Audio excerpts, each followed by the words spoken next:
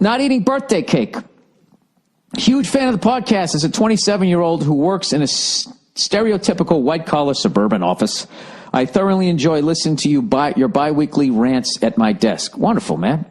Speaking of which, I work in the corporate offices of a sales and distribution company that has about 50 employees, but only about 15 people work in my specific office location, which means that about once every motherfucking month, we gather in the big conference room and do the cliche, awkward office happy birthday song. Oh, no, with candles and cake routine and all of that. While I am by no means a health nut, I also try very hard to take care of my body during the workday by eating properly and drinking lots of water. I've also gotten really into bike racing over the past years, which has taught me a lot about the importance of nutrition, etc.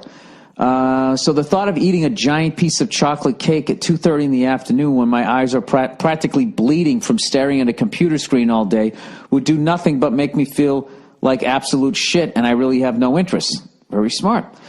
This is why, for the past couple of years, I've politely turned down every piece of birthday cake that has been offered to me at these aforementioned ceremonies. Unfortunately, I am the only one of my coworkers, most of whom are women, who has adopted this no-cake philosophy. So every single time I stick out like a sore thumb after I decline the piece that is passed to me, at which point I have to deal with this wave of passive aggression from these ladies regarding my decision to abstain from this sacred ritual.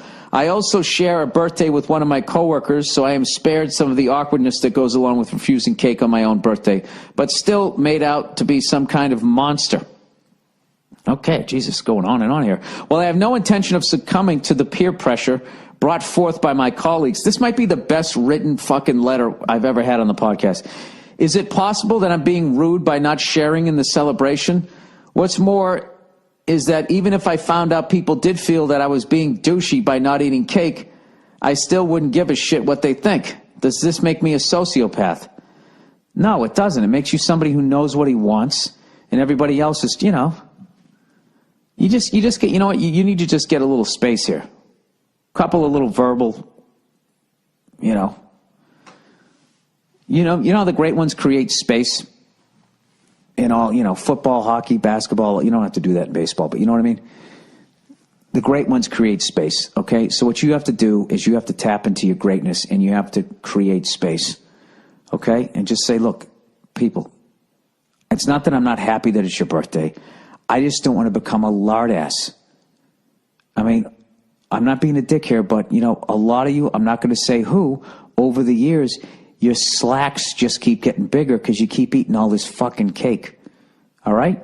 You're blowing out your bodies. And I'm not going to be a part of it. And a part of me dies every time I watch you guys eating this shit. But if that's what you want to do, by all means, go ahead and do it. But I'm not going to become a fucking cow like most of you guys are. Half of you should have bells around your fucking necks. All right? There you go. You just, right there. They'll never ask you for cake again. You probably won't even get invited. That's what that's what Sidney Crosby would do, right? Mario Lemieux, the great ones, they create space. No, dude, you're not a sociopath, all right? You're doing the right thing, I don't know. I don't know why women like sweets so much, I like sweets. I'm just a big fruit basket. I actually like sweets, but when I stay away from them for a while, if you really abstain from fucking desserts and everything, if you walk into a place that has a bunch of crazy desserts, it doesn't even look like edible for human consumption. You know what I mean? I always said it looks like clown food. You know what I mean? Like a clown sneezed. Especially if it's really like a lot of like fruits and fucking whipped cream and all of that shit. Just it looks ridiculous. It's all these crazy colors, greens and purples, right? You're doing the right thing, is all I'm saying. You're doing the right thing. You're into bike racing, you're working out. This is the deal. You actually got a chance of banging one of those fucking cake-eating broads in your section because they're going to see, like, half of them are probably just testing you. The other half are fucking probably codependent fucking cake eaters. And they feel guilty. you know, and they know that after they eat that, then that sugar's going to be in their veins, and then they're going to go back to their desk and they're going to start eating a handful of fucking cheddar-flavored goldfish, just shoving them down, you know? I bet if you walked around your little section of your cubicles and you looked at their keyboards, I bet their keyboards are greasy. Huh? I bet there's crumbs in them. I don't know. You know what? I think you're too good to work there. What do you think about that? That's what I got out of that fucking letter. All right. Unexpected pregnancy. Oh, Jesus. These are rough this week. Unexpected pregnancy. Bill, absolutely love the podcast and the stand-up. You're like a skinny Louis C.K. Or conversely, Louis C.K. is like a fat Bill Burr. I really wish I didn't read that. Anyway, now I get dragged into it. And I'm not exactly skinny anymore. I've been enjoying the high life lately. Miller. Anyway, to business. I'm a 24-year-old guy from Sydney, Australia, who's run up against a big problem. Last November, I lost a well-paying job due to an anxiety disorder I've developed over the years.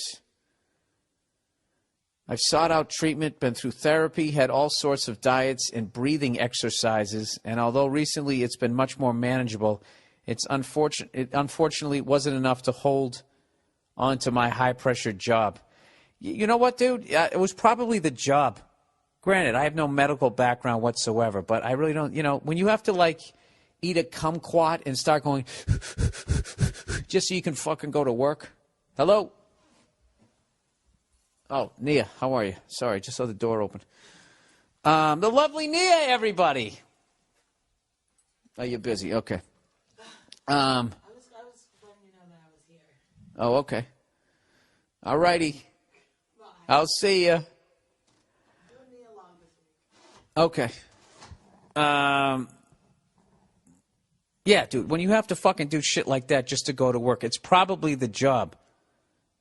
And considering you developed it over the years, let me guess, was it as you got this fucking high-pressure job? I don't know. So anyways, currently I'm looking for a more low-key job. Anyways, 3 days after I'm let go, I get a call from a friend I'd had drunken, unprotected sex with. The only reason why I went back to our house was that our house was within walking distance from the pub. We share a bed, and nature takes its course. Oh, my God. It was, of course, a risk, and like any idiot male, I just assumed nothing would happen. Turns out I'm going to be a dad come August, after a mere one sexual indiscretion. I've known this woman for over 3 years. She's successful, smart, witty, and we get on really well. Oh, we get on really well. She is, sorry, there was a big space in a new paragraph. I'm not that dumb, people. Please still believe in me. She's been up until now childless, and you can understand her reasonings for wanting to keep the spawn. She expects me to play an active role in the parenting game, and to be honest, that's something I am wholeheartedly prepared to do. That's so fucked up. They, like, make the decision. I mean, because it is their body. They have to go through the procedure, but it's just really, you're really just, you're just a fucking jizz hose. That's really all we are. We were both irresponsible, and we should both have to pick up the pieces and work shit out. Here's the problem. She wants me to move in with her. Fuck that! Fuck that. Before I read any more of this, fuck that. Anyways, in fact, she's demanded I moved in with her. Double fuck that. She's making demands? Go fuck yourself. All right? I wish you did that earlier. I wouldn't have been in this situation. I can't help thinking that this arrangement would descend very quickly into mutual resentment and unhappiness and would eventually be a detrimental environment for the kid. Abso-fucking-lutely.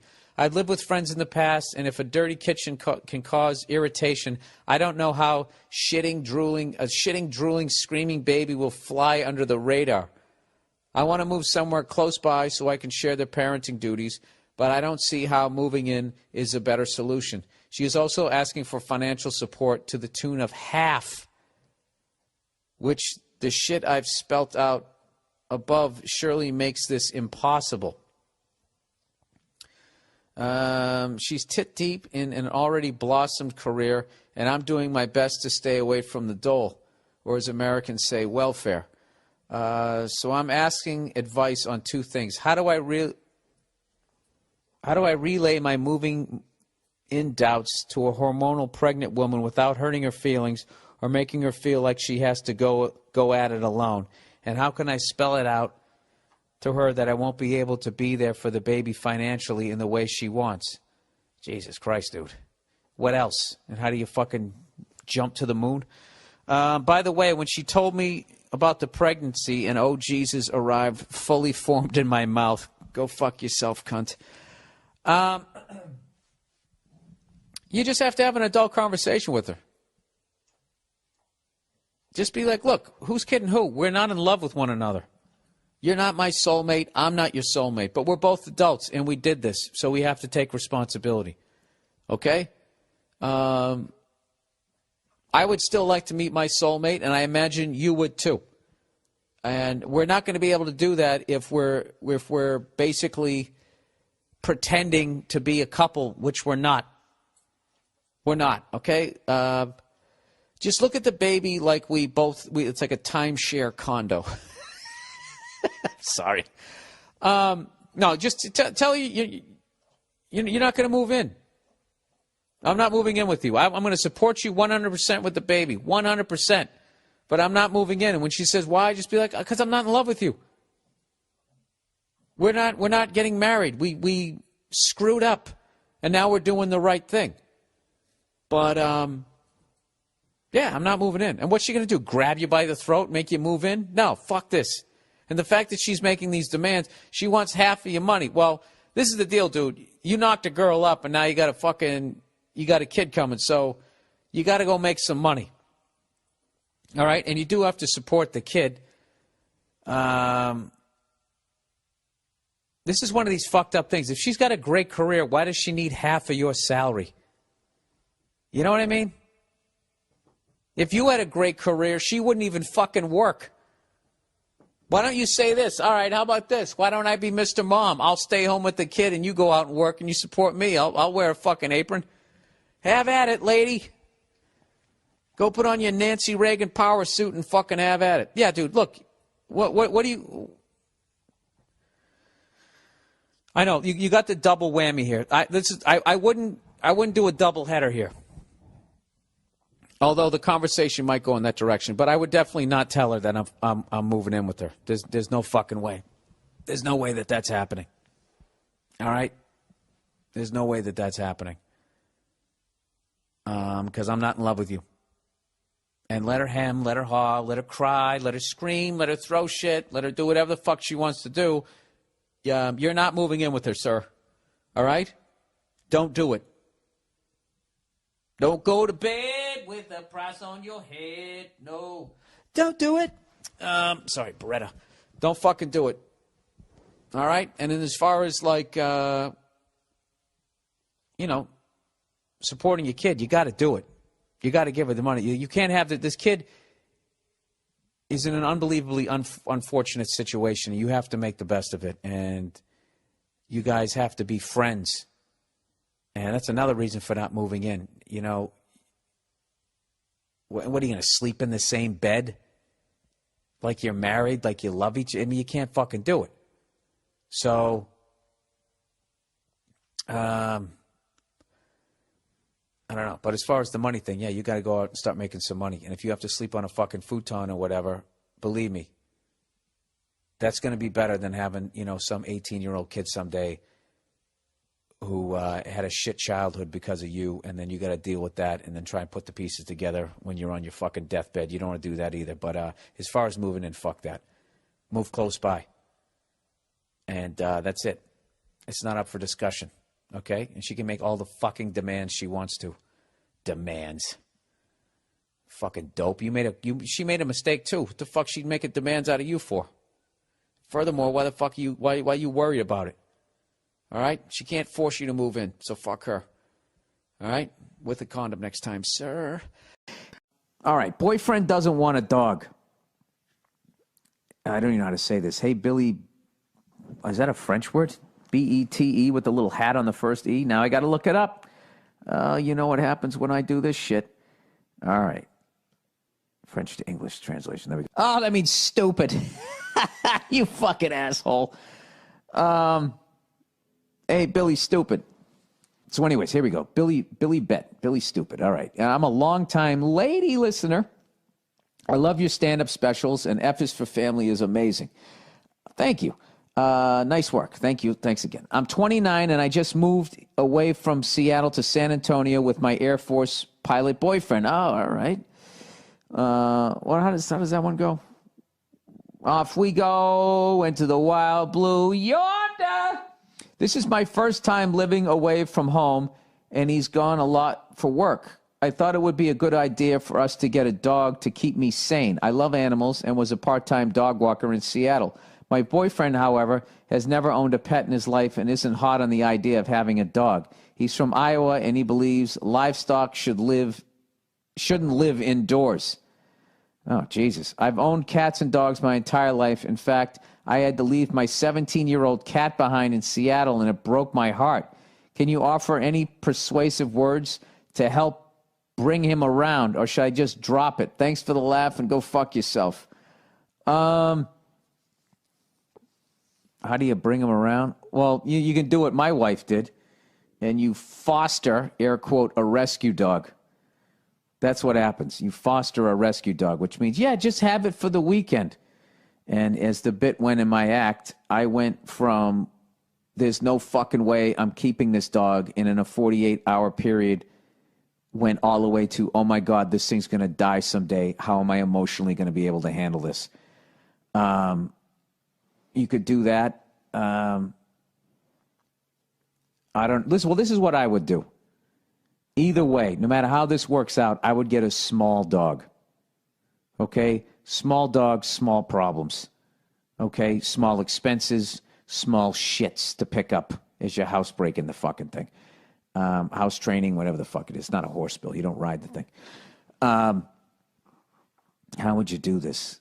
Well, it sounds like he doesn't want to do it. Why would he call it livestock? It's not livestock. It's a fucking pet. I don't know. You know what it is? This is the thing. If you foster a dog, this is what's going to happen. So this guy grew up on a farm, or he grew up in Iowa. This is the thing. When you fucking come home on a farm, a cow's not flipping out and excited to see you. Neither is a horse. They can do little things, but nobody gets excited like a fucking dog. You know what I mean? It's like Dick Vitale. Oh, baby! He's a primetime player! Right? Every time you come home, your dog flips out like you just dunked the ball on a fast break and the other team called timeout. That's the way your dog fucking reacts. Now, I know from experiences when I was just a boy and I would walk to school and I used to feed this horse every day on the way. Bill, is this a Tom Sawyer movie? No, it isn't. This was my childhood. And I remember one time it wouldn't come over, so I walked away, and when I looked back, it was doing that walk where it was nodding its head and flipping out for whatever fucking reason. It was like playing hard to get. So I know that they can, I guess on some level, show a certain level of emotion. But like, I think maybe, I don't know what kind of dog. If you get a little dog that has a nice mushed up face, you know, maybe like one of those French bulldogs. Something that snores and farts. Your boyfriend can find it funny. I have no idea. Maybe a dog like that, but I find it hard to fucking believe. Unless he grew up on a farm, and anybody who grew up on a fucking farm on a certain level, like they got this cold-bloodedness to them. You know what I mean? They've just seen too much. They've seen fucking animals slaughtered, you know? You know, like when they were a kid, like their dad goes, "You want chicken for dinner? Is that what you want? Quit your crying. You want chicken for dinner? All right, you come out here. You come out here, right? Come on out. Which one's it going to be? Dad, I don't want chicken anymore. No, you said you wanted chicken. Now pick one out.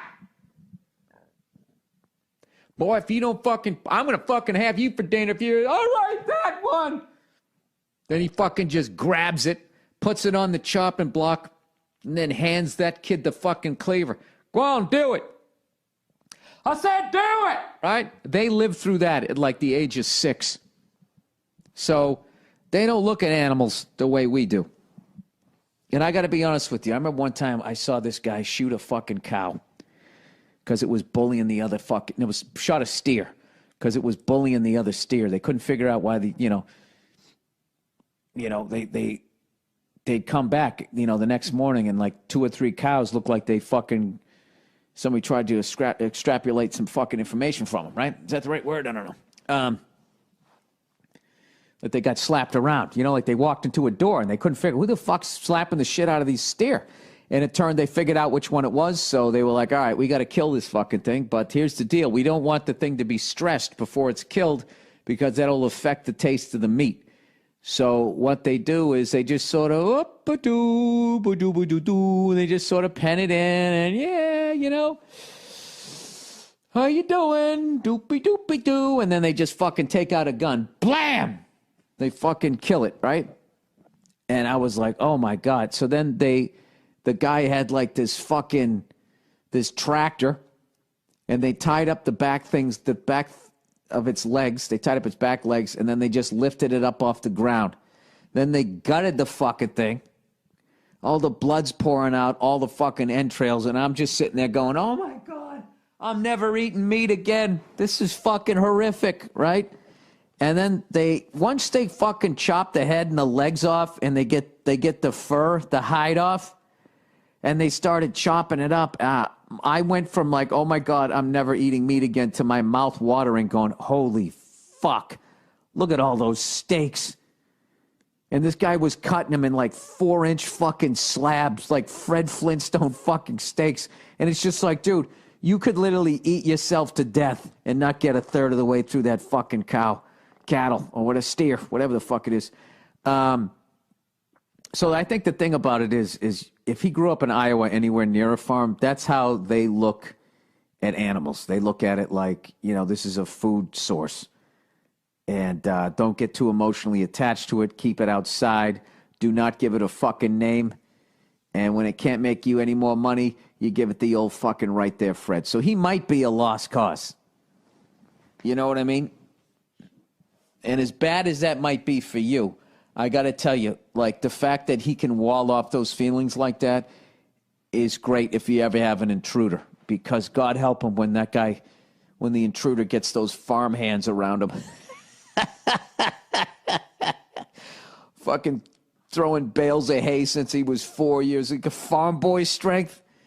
Jesus Christ, that fucking, all those fucking, every offensive lineman for Nebraska just grew up fucking punching steer in the goddamn head.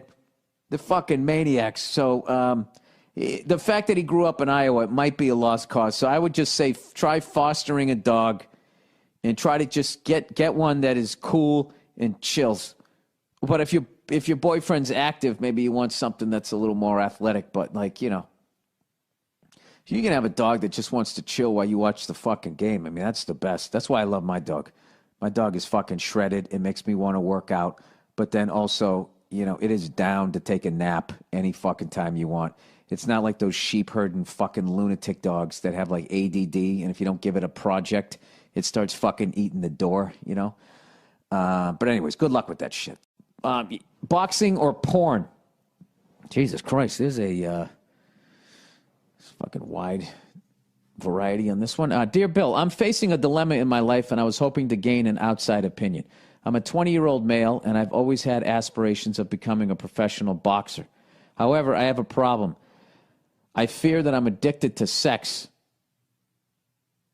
What? I already don't believe this. This is such a fucking left turn. I don't even believe this is causing problems in my relationship with my fiance. I'm absolutely in love with this woman. She goes out of her way to make me happy. Sorry, I got the hiccups. I wolfed down my breakfast before this. She goes out of her way to make me happy, sacrifice so much just to be with me, and also pleasures me often. Gross! Why can't you just say you have a wonderful sex life? Pleasures me often. I got to picture you with your head thrown back. Why would you do that to me, you cunt? All right, the only problem is my sexual frustration with her. We have passionate sex many times during the week, but I still want it even more, eventually ending up growing angry and resentful towards her when she doesn't want to. Jesus, dude, go rub one out. And later feeling like an asshole. This brings me to ask myself, should I just fuck for a living? My fiance and past partners have always complimented me on my performance in bed and my stamina. Jesus Christ, this guy's going hard on Memorial Day. Should we have a parade for you? going up to 3 hours on occasions.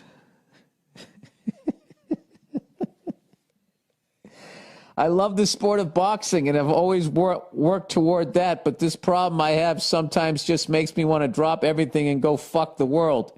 Any advice? This is real or fake. This is great. Any advice you have regarding this problem, my relationship or career path will be greatly appreciated. Thanks, and go fuck yourself. Well, look, if you're boxing, you're in great shape.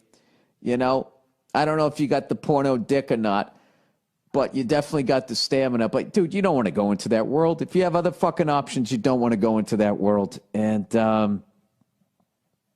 you know, that I really, there's very few, like, the people who seem to make the zillions of dollars, which is still really hard to do at this point because porno has become free, seems to be the women. They seem to be the ones that can be a star just because guys watch, I guess, way more of it. So I would say, Jesus Christ, am I going to tell you to go get your head kicked in or fucking go join the dark world of porn? I would say boxing. This is what I would do if I was you. You know, you usually say if you, look, dude, you know something with your fucking sex drive. They always say, you know, boxers, right before a big fight, they abstain from sex for 10 days, dude. You know, your only problem is you're going to be coming in there and your balls are going to feel like they're fucking through the tarmac, whatever the hell you call it, the squared circle. Yeah. I say you keep fucking boxing. You abstain from sex, and hopefully you're good at boxing, you know. That's not a fucking good profession to just be okay at, because you're going to be fucking, you know, your brain's going to be mush. Why don't you try the UFC? At least you got a chance that you can tap out. You can just I'm not saying you don't get knocked out, you don't take a bunch of headshots in the UFC, but I mean, you can get, you know, an arm bar. I'd rather have an arm bar than be knocked out, because you can tap out before they pop out. You dislocate your elbow. You get choked out, which sounds horrific to me, but every professional fighter I've ever seen is like, dude, I'd much rather get choked out than knocked out. You just go to sleep, and then the ref stops it. You're fine, right? I got to tell you, that's one of the oddest questions I've ever had.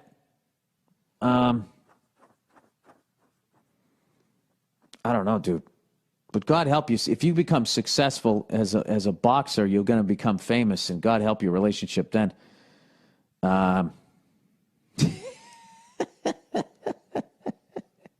There's no way to jerk it out of yourself. Go out and lay on the front lawn like one of those sprinklers. Just fucking, you know, shoot all your jizz out and then get on with your fucking day. Go do your road work. Running with your hoodie and your Timberlands on. I don't know what to tell you, dude. That's way beyond me. You sound like you need a therapist. Jesus Christ. I want to believe that one was true. I don't know about that one. Caught cheating. Hey there, Freckles the Clown. I'm a married guy in my mid-30s. I don't want to bore everyone with the details, but I recently got caught cheating on my wife with a 25-year-old lady. The affair went on for about 4 months, and the truth is I really started to like this girl. After getting caught and spending a few nights in a hotel, my wife graciously suggests that we work on our marriage and try to put this mess behind us. We have 2 small children, so all logic points to me agreeing to get the help we need and to move on with our marriage. The only problem is that I can't get this other girl out of my mind. These women are 2 polar opposites of each other. My wife, a professional, more conservative woman, and the other girl is a 25-year-old party girl. I know what the clear answer is, but how do I snap out of this and put this other girl out of my mind? All right, this is a very simple one, sir. First of all, your wife is a saint, all right, that she's going to take you back. And I'm not judging you, all right? I am a man. We've all been there. All right? She is a saint that she's going to fucking take you back. All right? So, you got to treat her like that one. And secondly, what do you do? How do you get this girl out of your mind? Easy. You wake up in the morning. You walk into a bathroom, you close the door, and you rub one out to her, and then you get on with your fucking day. All right? Go in there, close the door, rub one out. When you're done rubbing one out, it's just going to hit you. What am I, out of my fucking mind? Listen how you describe, these women, they're two polar opposites. My wife is a professional, more conservative woman, and the other girl is a 25-year-old party girl. Why don't you just say it? Your wife is the kind of girl you marry, and this other girl's a fucking whore. All right? Dude, it's not worth it. Just get it out of you. I'm telling you. If you're any sort of an intelligent human being, the second you rub one out, you're going to be thinking, I don't want to call that other girl. What am I, a fucking idiot? And you're going to look at your kids. What the hell was I thinking? All right? Other than that, if you don't, you're an idiot. All right? Because this is what's going to happen, sir. You're going to lose your wife. Your kids are going to hate you. You're going to lose your house. You're going to end up on a futon in a studio apartment. And that 25-year-old party girl is going to move on to somebody else. And you're going to be left there with your dick in your hand.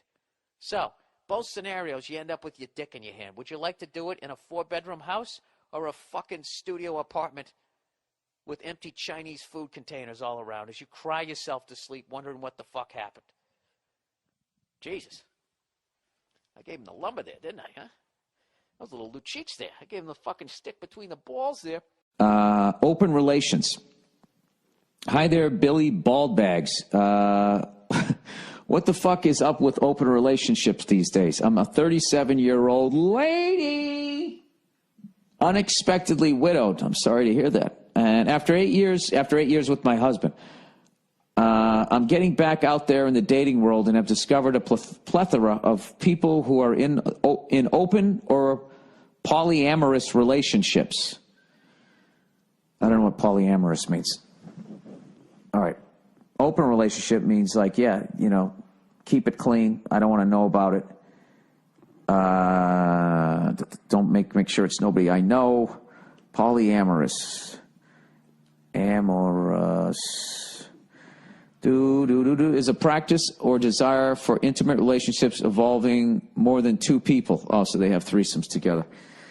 That's so fucking weird.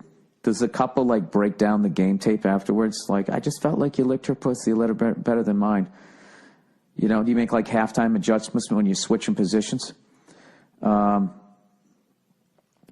relationship. This will get me in trouble. Rules to be looking at this online. This is my search engine. Open relationship. 6 rules for doing the whole open relation thing right. 1, don't do it. 2, don't do it. All right, open relationship. All right. Okay, here we go. 1, understand what an open relationship actually is. There's a lot of confusion about what is and what isn't an open relationship. Some people who are in long-distance relationships say they are in an open relationship. They both hook up with whoever, but just don't talk about it.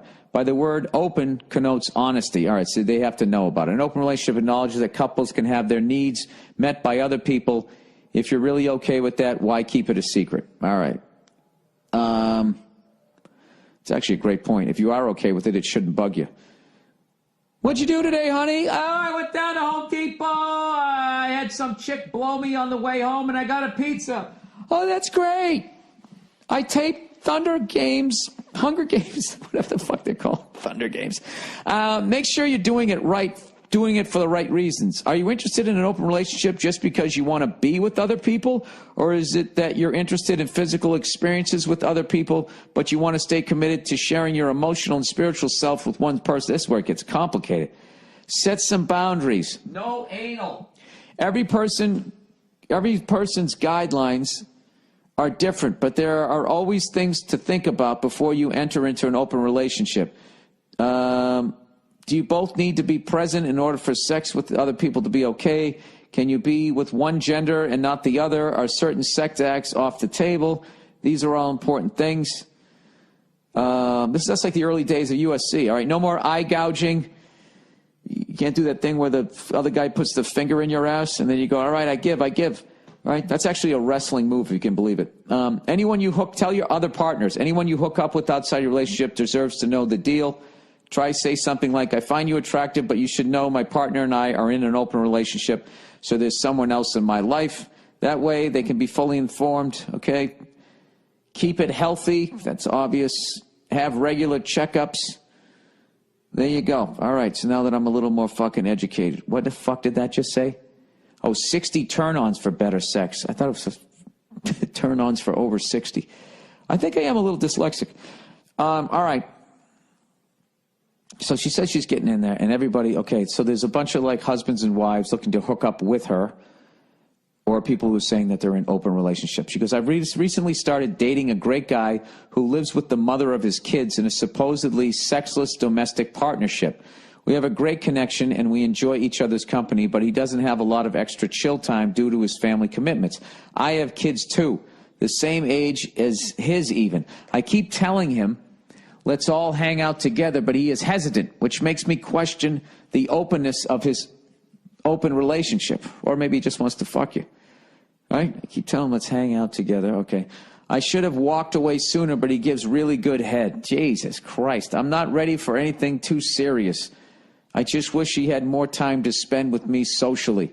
This seems to be more and more common. These, I'm so cool and modern, I'm going to fuck you and then go home to my wife hipsters. Should I keep seeing this guy? Thanks for your insight. I'm a former Bostonian living in Hawaii. I'm a huge fan. You keep me laughing through some hard times, and I fucking love your old freckled face. Moi. Oh, thank you. I would say, yeah, I don't know. That's all fucking... Look, if you just want to fuck around... But, like, this guy obviously doesn't want to do anything more. Even if he wasn't with somebody else, if he doesn't want to hang out with you, then that means he just wants to be fuck buddies, which is totally cool if you know that that's the deal. If you're all right with that, I would continue seeing him. If you're not, I would move on. And if you're sick of meeting people like that, I'm sure there's men who... that didn't work. I was going to say men who are sick of meeting women who are in an open relationship. Yeah, guys would be like, yeah, that's cool. You don't want to hang out? Perfect. Up top. Sounds good to me. Yeah, if you're your age, how busy you are and all that shit, I'm not trying to be a dick. I'm 10 years older than you, so I'm not talking down to you. You're 37, you got fucking kids. The kinds of people you're going to meet in the civilian world are also going to be married with kids, I'm saying, or divorced, I mean. I would join a dating site. That's what I would do. And just say what you want. I would fucking go out and try and find it when you're ready. When you're ready. But you know, as far as all that other shit, I mean, that's up to you. I have no fucking idea. That just made me happy that I'm fucking married. All right. Girlfriend's weight. Oh, Jesus. Here we go. Dear Bill, I'm a 21-year-old guy and my girlfriend is 20. We've been talking for about 6 months now, and we just recently decided to make it official. Now, here's the part where I need your expert advice. Oh, Jesus. How should I go about telling her I think she needs to lose weight? She's not a fat ass by no means, but she could lose a few pounds. I sound like an ass. I know I sound like an asshole, I think is what he's supposed to say. Yeah, I know I sound like an asshole, but I care about her and want to see her be more confident. Thanks for the help. I enjoyed the show in Long Beach. How do you say she could lose it? There is no way. What I would do is I would get yourself in great shape and start getting her into hiking with you and but you can't make somebody work out. You can't make somebody get in shape. They either want to do it or they don't. And, that's like a major fucking...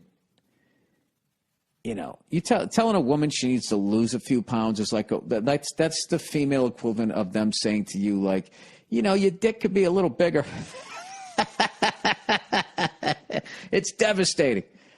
I wouldn't say it to her, but you also got to think, at 20, if they're already getting out of shape at 20 years of age, then what? Then they have a couple of kids. They're going to be a fucking house. I mean, that's just something you got to be honest about. If someone doesn't take care of themselves, and this works both ways too, ladies. Like if you're with some guy and he's in his 20s and he's sitting there and he's already getting man tits, it's not going to get better. And you got to sit there and really just be like, how much do I love this person? Because I'm going to watch them slowly eat themselves to death. Because that's what you're doing. And unfortunately, your chickens start coming home to roost in your 40s. Whatever the fuck you did, whenever you started to go off the rails at 16 or 17 with drinking, drugging, eating, or whatever, right around when you get to your 40s is when the first, like, God damn, that happened to him? I thought that was some old man shit. And you're like, oh, wait, we're in our 40s. Because you'll still feel like you're in your 20s. So, I don't know. I would go a positive route. I would just tell her how, I would tell her, we tell her how good she looked. I mean, it's just fucking, I don't, there's no way to do it. There's no, that's a fortress and there's no door in. You know what I mean? There's no door in on that one. You just have to if you're going to say it, if you just fucking say it, then you're really risking, like, hurting her really bad. You know what I mean? And who wants to do that? You don't want to fucking do that, you know? I wonder if women ever feel that way about guys. Like, if there's anything like there's, like, you know what? You just can't say that to a guy because that will hurt them too much. Do they ever think shit like that? I think shit like that with women. There's just certain things you just don't fucking say. Like, what is it? All I'm going to do is hurt her and ruin her for the next person when she fucking eventually comes to her senses and dumps me. And then you'll be like, you know what this guy said to me one time? We were going into Wendy's, and I ordered a double cheeseburger, and he interrupted. He said, no. She wants the single. You know, being that guy. No, I don't know. I don't know what to tell you. I can't tell you this, though. I feel like when you are, you know, aside from just owing it to yourself to try to stay in shape, when you're in a relationship with someone, to just fucking let yourself go and just become a fat fuck and, you know, to just not have the consideration that somebody is sort of obligated to have sex with you, to just try and remotely keep yourself looking halfway decent. It's really a selfish fucking thing, you know. But we live in the age of a lot of times the victim is considered like the antagonizer. You know what I mean? I would never do that to Nia. I would never just fucking put on 100 fucking pounds and just come waddling into the fucking bedroom, you know, roll over on top of her. And she would be completely grossed out, and every woman listening to this probably just went, picture that. Me, 100 pounds heavier, naked, sweating on my upper lip, crawling into fucking bed. Yeah, exactly. Isn't that disgusting? Well, that's a two-way street, sweetheart. You know, we don't want to see you come fucking waddling into the room. You know, your hips taking out the fucking door jamb. You know what I mean? It's just, it's not, it's not fair to either person. You know, when you really look at it, nobody understands that more than gay guys. I would say that gay guys have the most respect for the fact that someone's going to hook up with them. You know what I mean? I wonder if they're pound for pound in the best fucking shape than anybody else. Or is it because they're trying to attract guys and they know guys are, I can't even say that shallow, because they always say that guys are shallow. When it comes to that, we are. But, like, you fucking hold up something shiny, a woman's like, I want that. You know, they're just as bad, right? Ah, Christ, I'm all over the map. Old boyfriend texts wife. Old Billy Cheeseballs. Where'd that come from? I don't know. Just fucking make up names for me. Oh, okay. All right. Very happily married for 25 years to the hottest wife and mother of our 3 sons. She's in spectacular shape and beautiful. While on vacation in Palm Springs. Most important thing, right? Just keep yourself in shape.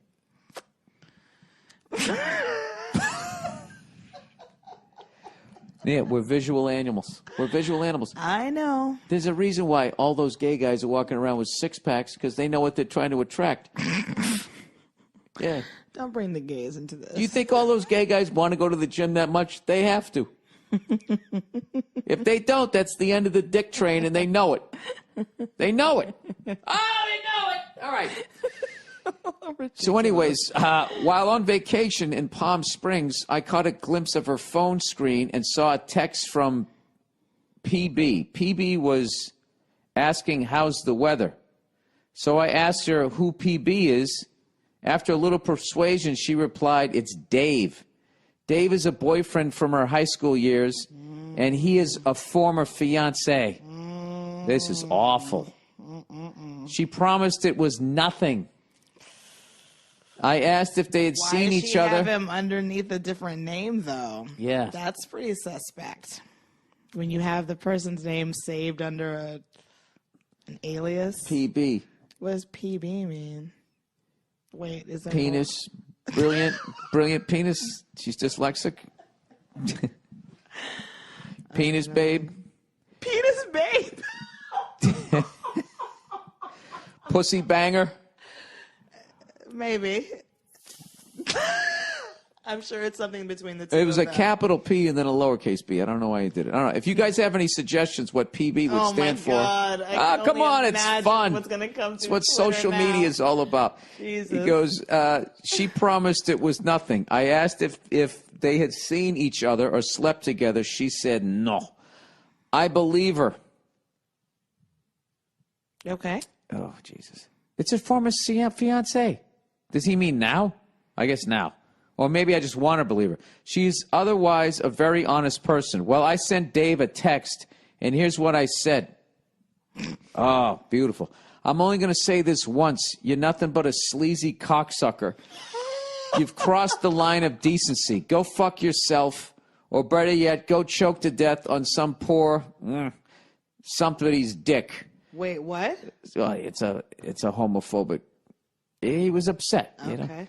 Never communicate with my wife, capital letters, ever. If you pursue her in any way, I'll cut your dick off with a rusty saw blade and shove it down your throat. I hope you're getting the message here. His Graphic. reply, understood. This is the last text, name and number deleted. My question to you is, was I harsh enough with Dave? And I'm not sure what to do about my wife. She deleted him from her contacts, and she said she has no need to ever communicate with him again. What are your thoughts? Well, I think you need to let it be then. I mean, I have to say, that was masterful, that text that he sent to PB, a.k.a. Dave. I think he got the message with that one. Now, what do you think? So do you think she banged him? No, she was probably sending flirting, borderline inappropriate text messages. I bet you're still as beautiful as the day I took you to prom. Oh, hee, like that type of shit. Why are you? I why probably are you went a looking at me little like further that? than that. I don't fucking know. He said Because if it were you, Bill Burr, you probably would have said some, like, that's why you're making that face right now. Because you know how you are. You probably would have said some inappropriate shit over text. I mean, that's what texting is. Is that what texting is? It is. It's. What is? Please How do explain I get to this? Please explain texting to us, Bill Burr. Please explain how texting works. All right. Advice for a fellow ginger. Oh, moving right Moving along right from that along. one. Right